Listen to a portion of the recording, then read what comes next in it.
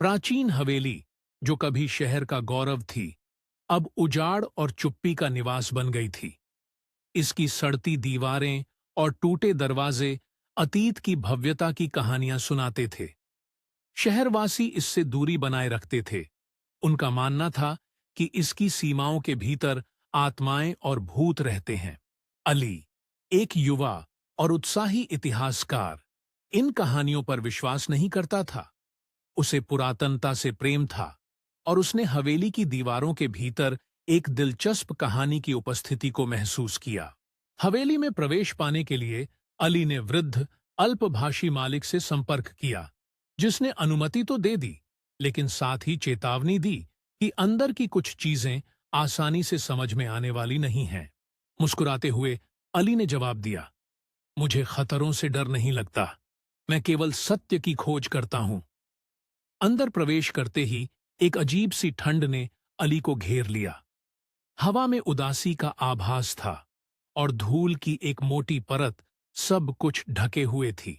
जैसे ही अली ने सावधानीपूर्वक पुराने फर्नीचर, टूटे हुए दर्पण और दीवारों पर लटके धुंधले चित्रों की जांच की, उसने एक भूली हुई दुनिया को उससे फुसफुसाते हुए महसूस किया। एक कमरे में अली को अजीब नक्काशी से सजी एक पुरानी संदूक मिली। उसे खोलने की कोशिश करते हुए उसने पाया कि वह बंद थी। जोर से हिलाने के बाद निराश होकर उसने उसे एक तरफ रख दिया और अपनी खोज जारी रखी। अंततः रात उतर आई और हवेली के टूटे शीशों से चांदनी अंदर बहने लगी। अली एक कमरे में बैठा था जब उसने दूर से आती हुई एक डरावनी धुन सुनी। आवाज धीमी फिर भी स्पष्ट थी। वह उठा, लुभावनी धुन का पीछा करते हुए खुद को एक बड़े हॉल में पाया जहां फर्श पर चांदनी नाच रही थी। बीच में एक सुंदर सफेद पोशाक में एक लड़की मनमोहक नृत्य कर रही थी। उसके लंबे बाल उसकी हरकतों के साथ लहरा रहे थे। उसका नृत्य इतना मोहक था कि अली अपनी नजरें नहीं हटा सका। उसकी आंखों में उदासी थी और उसके चेहरे पर गहरा दुख झलक रहा था। अली को यह एहसास हुआ कि वह कोई साधारण लड़की नहीं, बल्कि एक आत्मा है। पौराणिक नर्तकी मेलिना, अपने समय में अपनी सुंदरता और कला के लिए प्रसिद्ध, उसका जीवन एक दुर्भाग्यपूर्ण रात में दुखद रूप से समाप्त हो गया था। आज तक उसकी आत्मा वहीं मंडराती है। वह नृत्य करती है जिसे वह कभी बहुत पसंद करती थी। अली ने मेलिना के साथ संवाद करने की कोशिश की, उसे सच्चाई उजागर करने और उसे सांत्वना देने का अपना इरादा बताया।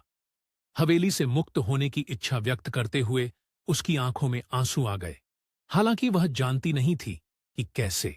उसकी दुर्दशा से खुद को जोड़ते हुए अली ने उसकी सहायता करने की कसम खाई, उसकी मृत्यु का सच उजागर करने की, एक ईर्ष्यालु प्रतिद्वंद्वी द्वारा जहर दिए जाने की। न्याय के प्रति प्रतिबद्ध अली ने उसके हत्यारे की पहचान करने का संकल्प लिया। हवेली के मालिक के एक संकेत से निर्देशित होकर अली ने ऐतिहासिक अभिलेखों की गहराई में छानबीन की और उन लोगों से बातचीत की जो मेलिना को जानते थे। अंततः उसने अपराधी की पहचान उजागर कर दी, व्लादिमीर नामक एक प्रमुख व्यवसायी। उसका सामना करने पर व्लादिमीर ने शुरू में इनकार किया, लेकिन फिर उसके यश से ईर्ष्या के कारण अपराध कबूल कर लिया।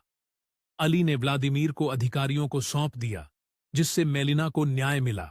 उसकी आत्मा अंततः शांत हो गई। मेलिना ने कृतज्ञता व्यक्त की और फिर शालीनता से ईथर में विलीन हो गई। हवेली को बाद में एक संग्रहालय में बदल दिया गया, जिसमें सभी के लिए मेलिना के जीवन और नृत्य का विवरण दिया गया। जैसे ही अली ने मेलिना की कहानी सुनाई, शहर ने हवेली के प्रति एक नई सराहना को अपनाया, जिसे कभी भूतिया माना जाता था। अली के प्रयासों के लिए धन्यवाद। सत्य की जीत हुई और मेलिना का भूतिया विलाप शांत हो गया। साथ ही हवेली के प्रति शहर का डर भी दूर हो गया।